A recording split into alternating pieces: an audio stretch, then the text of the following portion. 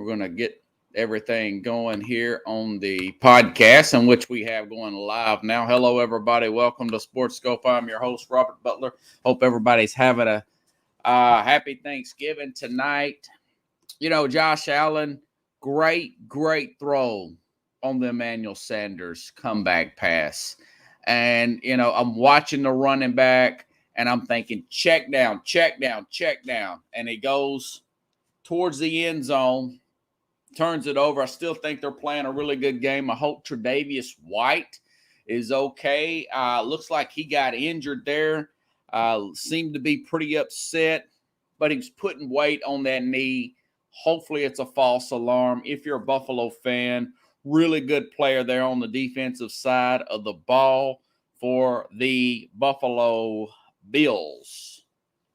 But so tonight, guys, gonna it's always a quick show on Thursdays. Didn't really feel like doing a show today. Really full bloated, always overeat just like everybody else on Thanksgiving. Tired, but just too much football to talk about and stuff that was on my mind before we get to the weekend. So I wanted to talk about that, starting with the Dallas Cowboys. 166 yards in penalties. You know, just when you want to put them in the Super Bowl, just when you want to put them in there, they're simply not ready for prime time. I know that Amari Cooper was out, and I know that CeeDee Lamb was a late scratch. I know he had the issues with the concussion, but you got to look at this Raider team. Waller goes out in the second quarter. 166-yard penalties there. Anthony Brown, one of the worst games of his career. Key defensive pass interference down in overtime. They were out-schemed, outplayed. They were at home against a lesser Raider team that lost Henry Ruggs, the tragic incident involving him. Remember, they had to cut the cornerback a few weeks ago. Darren Waller hurt in this game in the first half, and you still got out-schemed like nobody's business. Why didn't Mike McCarthy not use his last time out to ice the kicker? I mean, it was this sloppy play. You got outplayed. You got outcoached. Dak Prescott, he did salvage his day. Late comeback there. No running game there. Dallas, just when you think you want to put them in a new league where they can make the Super Bowl and they can do big things this year, something they haven't done in over 25 years, going back to 96, and then they remind you they're the Dallas Cowboys with a different coach, okay? You have a team that has – they're not Green Bay, a healthy Green Bay. They're not a healthy Rams team. They've already been beat by Tampa. I don't think they're as good as a healthy Tampa team. That's in the NFC. They're just not there yet. They were relying too much on a young defense that was just out of place. They were just total out of places. Big play after big play. And then when you finally think you get a stop, then you get a pass interference on your cornerbacks.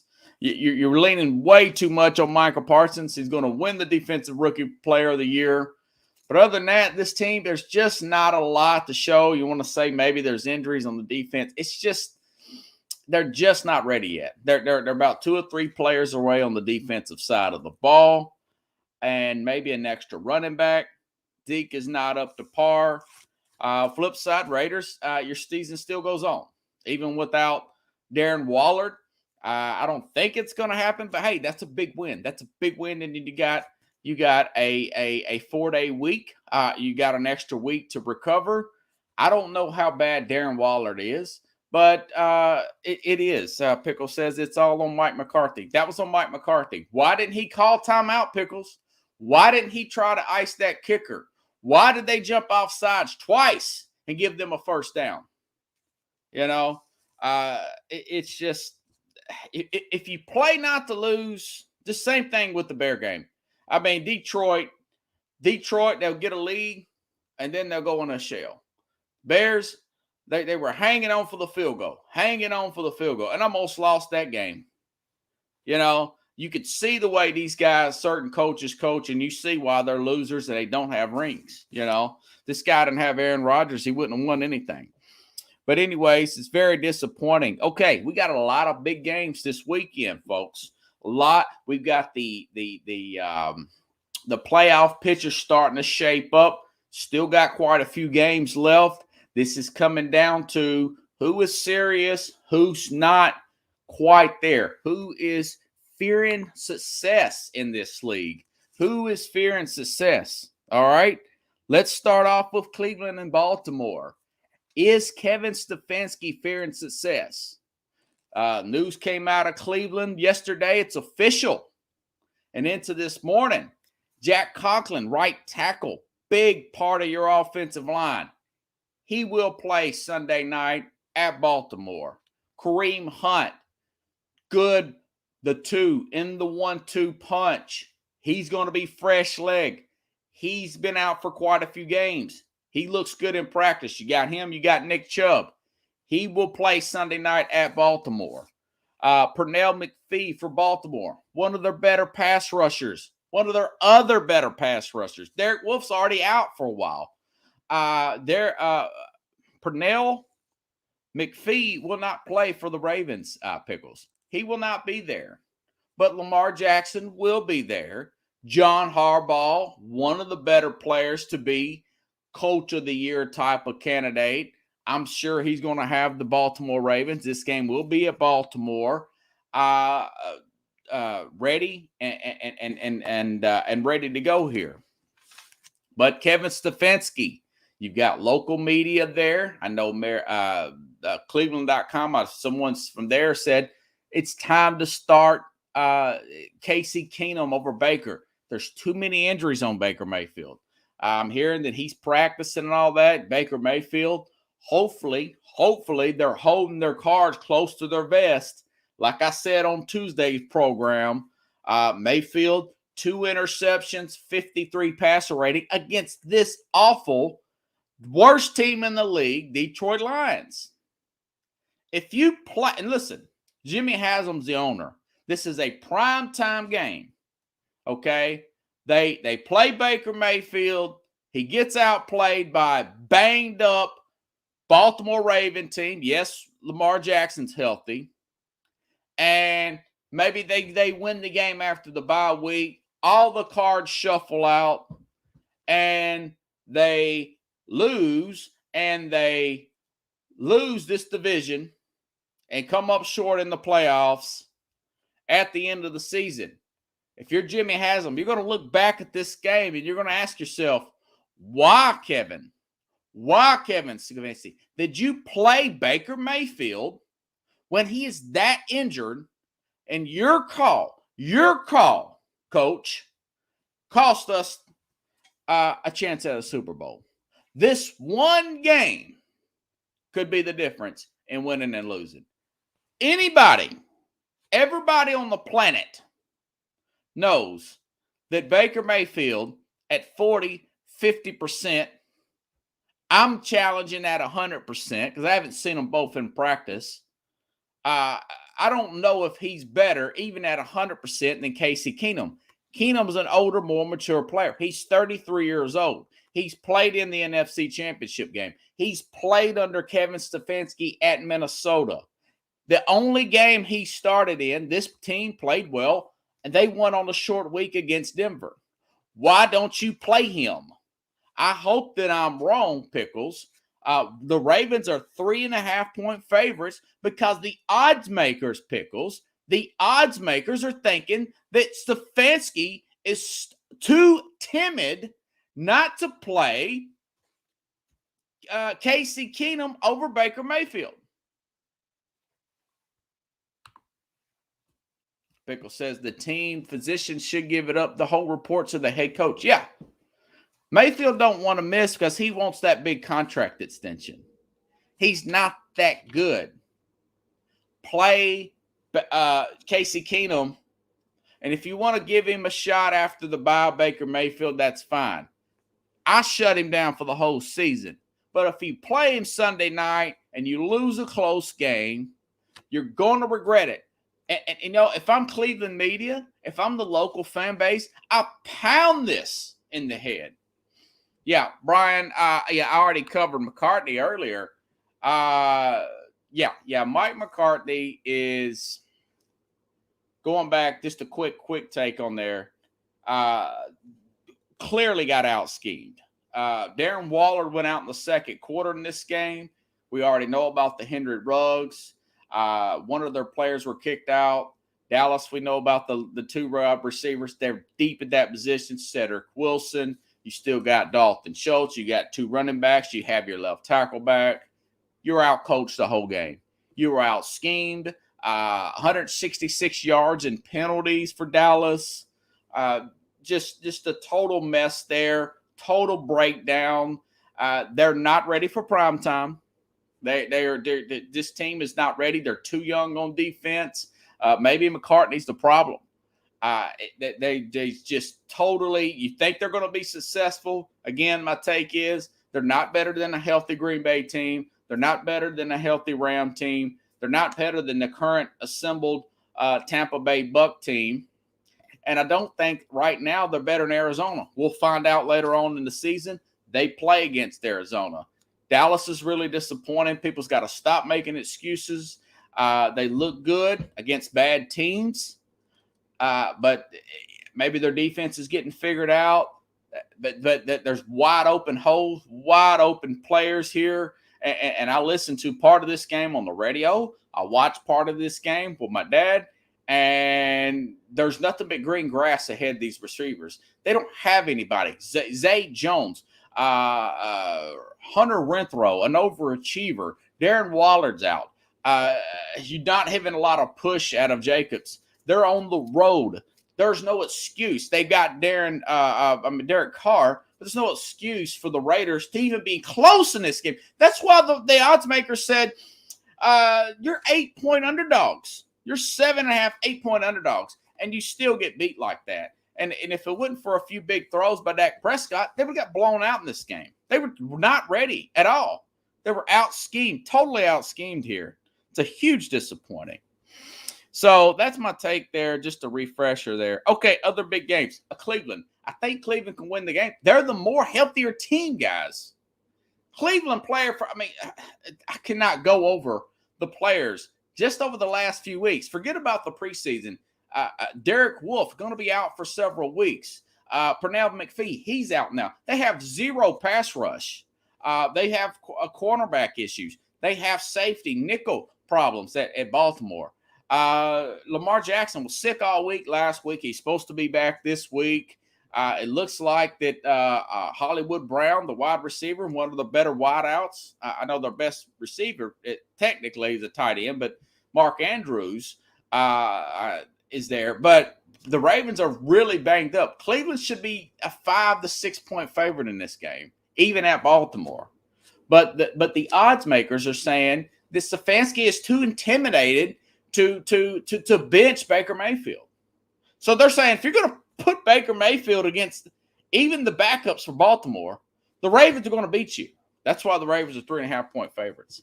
So I hope I'm wrong. I hope that Stefanski is holding his cards close to his vest.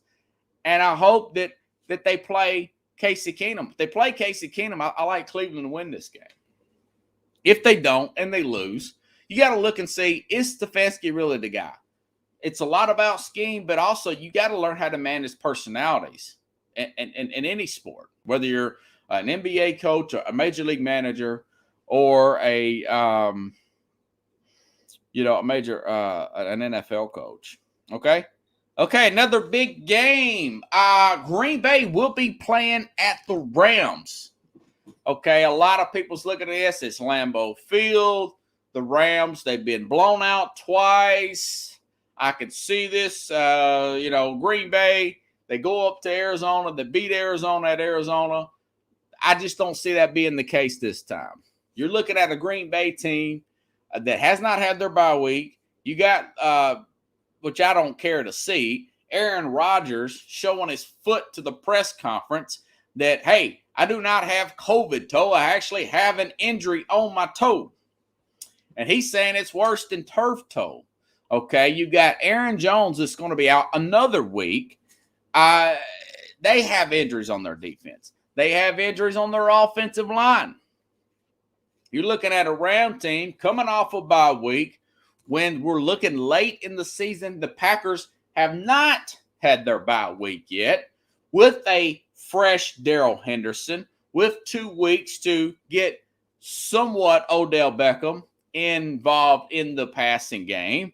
But I like Tyler Higbee. I like Darrell Henderson.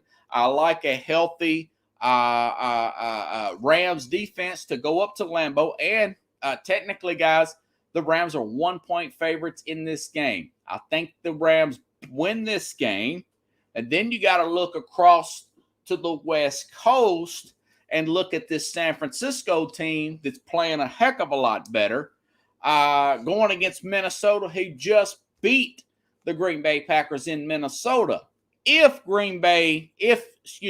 Minnesota wins that game and Green Bay loses like I expect, I'm not sure. But if Minnesota beats San Francisco and Green Bay loses, they are 1 game behind Green Bay with a head-to-head. Now, it will be at Lambeau Field against Green Bay to win the NFC North. So that, So that has a lot of implications there. If you're a Minnesota Vikings fan, I'm not here to be hopeful and all this. That is a bit of a stretch to say Minnesota's going to win out, go up to Green Bay, and beat Green Bay in Green Bay. That is a bit of a stretch. I'll also say this. The 49ers are getting healthy at the right time. Jimmy Ward's back. The running game is looking much better. You finally got George Kittle back for a couple games together. You guys I'm telling you, when you got your key playmakers, like I said on defense for last week for Kansas City, when they got Chris Jones back and they had Frank Clark back, a couple, 3 games together to start to get their rhythm again, and they're well coached by Steve Spagnuolo. And, of course, I properly predicted that win over a Dallas team that looked unstoppable a week ago. Now they're 2 losses in. But going back to this game, the 49ers do look really good. They're getting back to doing those long drives, power football, the lopsided offensive line, giving Garoppolo quick, short passes, Deebo Samuel. They're getting him involved so many other ways. Brandon Ayuk, I noticed he's starting to get more implemented back into the offense. He kind of fell out of, I don't know if he got in the doghouse with the coaching staff on Jimmy Garoppolo or whatever, kind of fell out of faith there. But now he seems to get things going back here recently. He's getting more targets there. Brandon Ayuk, they're starting to look like the team that I predicted they would be at the beginning of the season. They are 5-5, I want to say. They are very, very much in the wild card hunt, this San Francisco team. And once they get rolling, D Ford is going to be back. He's coming back off of injured reserve. I wanted to add that. So I think the 49ers, who are favorites, going to win this Minnesota game. But if Minnesota wins this game and the Rams beat Green Bay, this is going to be an interesting next 4 or 5 weeks. This is going to be an interesting next 4 or 5 weeks in the NFC to watch the playoff seeding. Seeding means a lot. Who's healthy at the right time? There's no dominating team. I mean, yes, Arizona looked dominated in the first month of the season, but there's no dominating team in either league. Okay? I just don't see. Are you talking about Elijah Mitchell? I'm not sure. It seems like he's banged up again every other week. I do like that running back, Elijah Mitchell, Brian, but I know that he's hurt again. But anyways, guys, so that is a lot of Legos to be moved around there. Okay, Cincinnati at home against Pittsburgh. Very good rival game. A lot of people throwing their cards back in the direction of the Pittsburgh Steelers. The Steelers Do have TJ Watt back. TJ Watt did not play in the 24-10 beatdown that Cincinnati gave Pittsburgh back in week 3, guys. TJ Watt did not play. He's going to be back in this game. However, Mika Fitzpatrick, Joe Hayden, those guys did play in this game.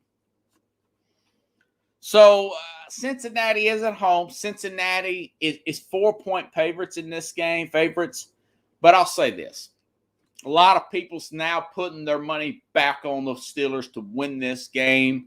I just don't think the Steelers have the offensive firepower to stay score for score with this team. I think the game will be much closer. I do think it'll be much closer. I don't think it's going to be 24-10 in Cincinnati. I think this is a 26-21 game. You know, I feel like that Cincinnati is going to win. It could go the other way. They would have to get turnovers, you know, and get some breaks. But Najee Harris had 100 yards in the other game, and Pittsburgh still lost that other football game. I know that Mike Tomlin is really good in these situations. These teams always play up as underdogs. They don't necessarily play well as big favorites, the Steelers. They tied with Detroit, guys. We got to say that out. They tie with Detroit. But Pittsburgh, they have the talent on defense to carry them as the weather turns to possibly do sneak into the playoffs. That is true. And I'm not sure if they're still going to get that big explosive play on offense that they need. But again, going back to Cleveland, and remember, Cleveland blew out Cincinnati a few weeks ago, and that's what made me so annoyed about the Patriots game. So if Cleveland, for whatever reason, which they should, they're the healthier the team, they're more talented than the Ravens are right now. If Cleveland beats Baltimore, which they should if they had Casey Keenum playing, because they're the more healthier of the two, and then Cincinnati beats Baltimore, Cleveland's knocking right on the door for first place. I mean, they're one game back. They have a favorable schedule down the stretch. All the talent in the world. They're right there on top of Baltimore. Baltimore, very fortunate, although well coached, deep. I still do not take back anything I said about Baltimore. But they did lose a bad call and an extremely long kick. They barely won the Detroit game. They came back. They probably shouldn't have came back against that Colt team, which seems to be surging. By the way, Colts, a lot of people jumping on that Colts bandwagon. I don't think that Tampa's going to get caught off guard, even if Devin White does not play. I like the Bucs to keep their momentum going. I think Brady's going to exploit that secondary. This team is much better against the run, even though the stats don't bear it out.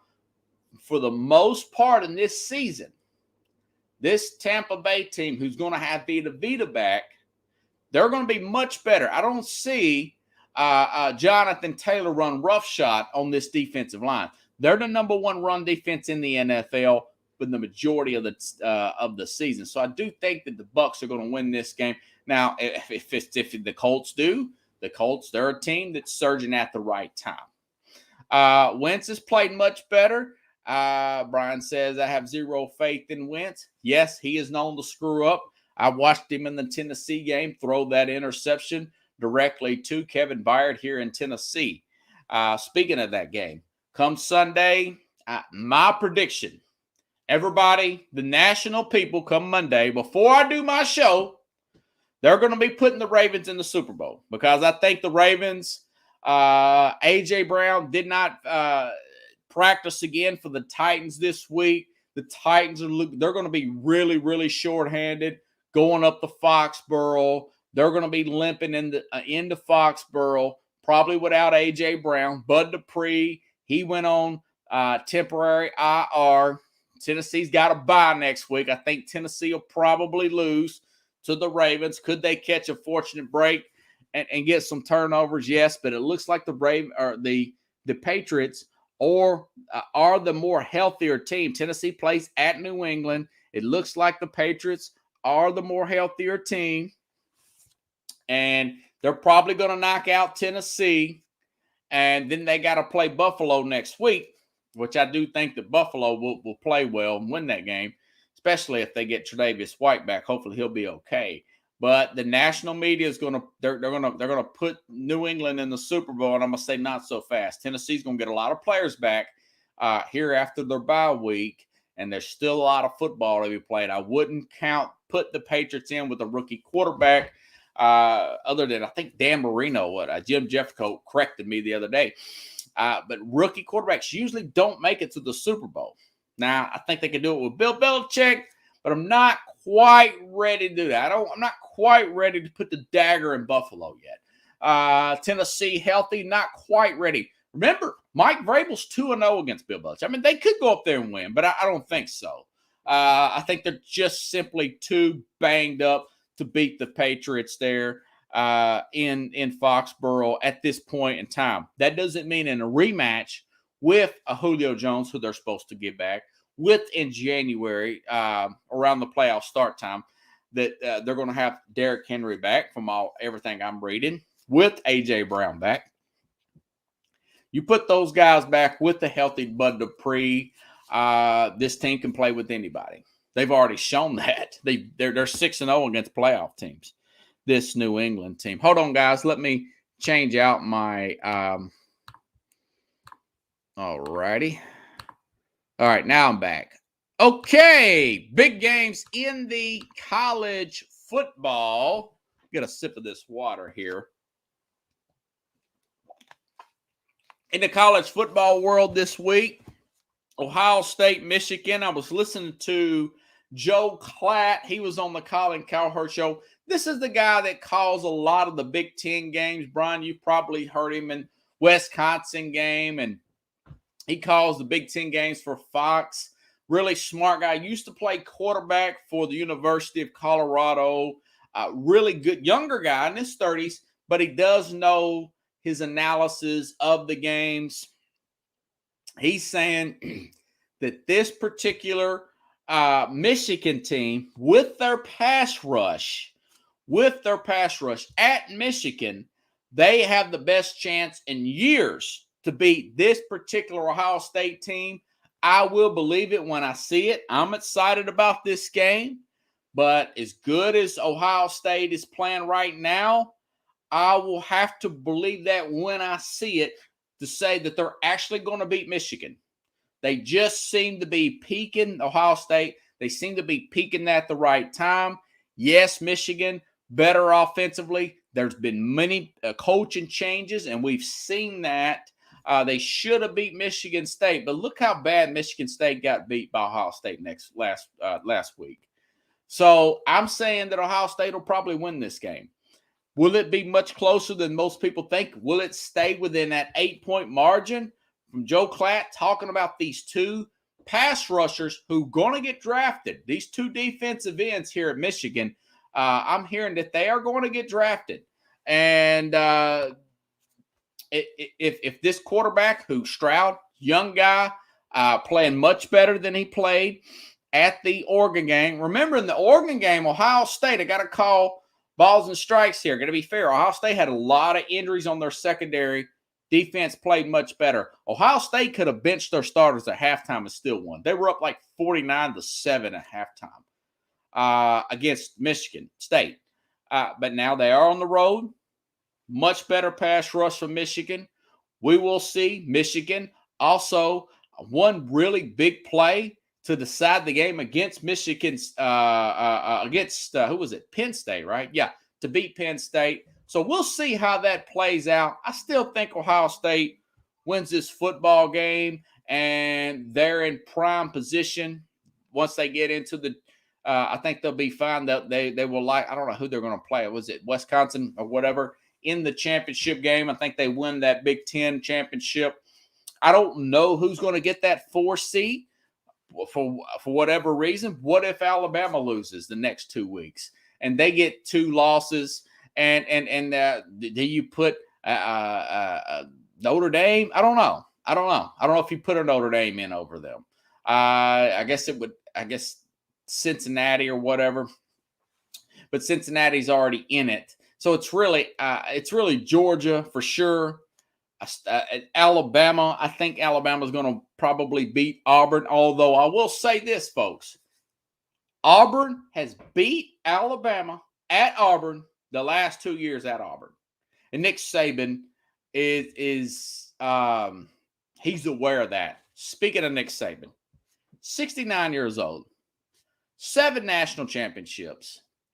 He really don't have to do these small-time functions anymore where you got these little booster things at restaurants. I don't think when you got that kind of resume, you really don't have to do any of this crap anymore. I mean, you don't have to do stuff like that. Maybe you could pick and choose some of your booster functions and speeches and all that stuff, but you really can cut down a lot of that. You still have to concentrate on recruiting. But this is Nick Saban. This was at one of those local functions there that went viral on. Just throwing. He is with the Eli Gold, the guy who calls the Alabama games for the radio side of it. And he's at one of these restaurant function things where you set up the radio booth there, and they're at like a restaurant, and people was asking questions, and something came up about the Alabama not winning by a higher margin in some of their close games, like LSU and losing to Texas A&M. And you guys should listen to the fire in this belly of a guy who does not believe on resting on his laurels. Listen up. They work harder to try to get better, and everybody wants to beat us. All right, so we're going to get everybody's best game, and I don't know why people can't understand that. But we're just clapping. It's you could say it's not fair to our players that they get everybody's best game, all right, but they do. Right, and they have to be able to compete through that and play over that. And it's I don't know. I mean, when I came here, everybody was happy to win a game. All right, now we're not happy to win a game anymore. We're not happy to win a game at all. All right, we think we should win games by whatever, and I don't think that's fair to the players either. All right, because our players work their butt off, all right, to be the best that they can be. And to get criticized for what they work hard for to do so that you can be entertained, all right, so that you can enjoy and have pride and passion for what they accomplish and what they do. And they're not perfect. All right, they're just college students. They go to school every day. They got to study. All right, they have to run extra after practice when they miss study hall. I mean, come on, give me a break. This is not professional football. These guys aren't getting paid to play here. They're representing you all. You should be proud and happy to support them and appreciate what they do and have some gratitude. And you know what else? Nobody wants to win worse than they do. Not me, not you. I don't care what kind of fan you are. Nobody wants to win more than the players that play. I mean, this guy is so on fire.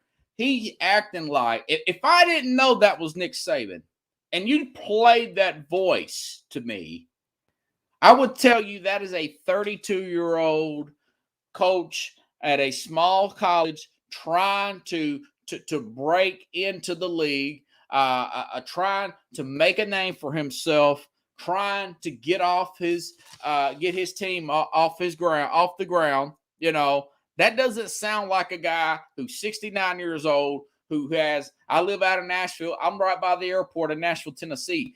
He has a Mercedes-Benz dealership about 2 miles from my apartment, okay? This guy's got millions of dollars. He's got more prestige than he can ever need. He could spend the rest of his life doing motivational speeches around the country, and he's still acting like an intern, a grad assistant trying to make it, trying to get a job in college or professional football, you know? And I was listening to one of the Jay-Z's classics, man, the other day. And it was on the Black Album. A friend of mine was telling me, they've started putting Jay-Z's work back on YouTube. And he says this was like Jay-Z's pre-retirement album, but he came back after whatever, it's like his 10th album, whatever. And he says the way to stay on top, the way to stay successful in life, you got to treat your first like your last and your last like your first. You have to have that fire like an intern, like somebody that's still broke.